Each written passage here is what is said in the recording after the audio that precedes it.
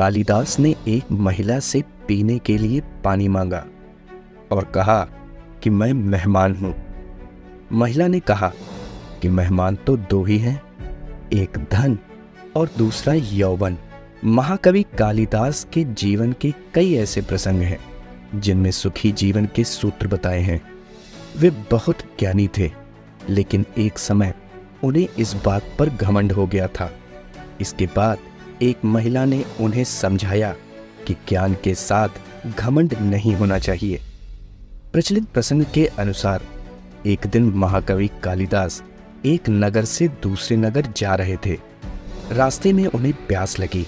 वहीं उन्हें एक कुआं दिखाई दिया। वहां गांव की एक महिला पानी भर रही थी। कालिदास ने महिला से कहा कि मुझे प्यास लगी है, कृपया पानी दीजिए। महिला ने कहा कि मैं आपको नहीं जानती हूँ, कृपया अपना परिचय दें, इसके बाद मैं पानी दे दूंगी।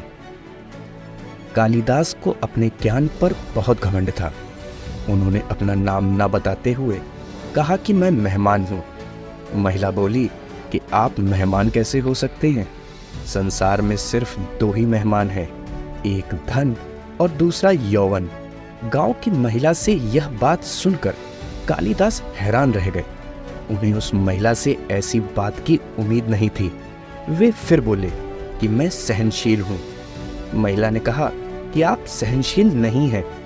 इस संसार में सिर्फ दो ही सहनशील हैं, एक ये धरती जो पापी और पुण्यात्माओं का बोझ उठाती है, हमें खाने के लिए अनाज देती है। दूसरे सहनशील वे पेड़ हैं जो पत्थर मारने पर भी फल ही देते हैं। कालिदास ने फिर कहा, मैं हठी हूँ। महिला बोली कि आप फिर झूठ बोल रहे हैं।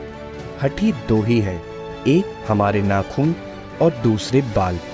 इन्हें बार बार काटने पर भी फिर से बढ़ जाते हैं। महिला से ऐसी ज्ञान वाली बातें सुनकर कालिदास हार मान गए और बोले कि मैं मूर्ख हूँ।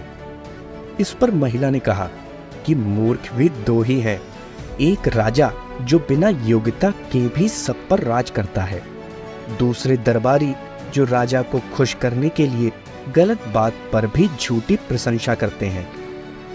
अब कालिदास महिला के चरणों में गिर पड़े और पानी के लिए याचना करने लगे। तभी महिला ने कहा, उठो वत्स। कालिदास ने ऊपर देखा तो वहां देवी सरस्वती खड़ी थीं। देवी ने कहा कि शिक्षा से ज्ञान मिलता है, न कि घमंड। तुझे अपने ज्ञान का घमंड हो गया था, इसलिए तेरा घमंड तोड़ने के लिए मुझे ये सब करना पड़ा। कालिदास को अपनी गलती पर पछतावा होने लगा। उन्होंने देवी से क्षमा याचना की। देवी प्रसन्न होकर अंतर्ध्यान हो गईं। इसके बाद उन्होंने जीवन में कभी भी घमंड नहीं किया।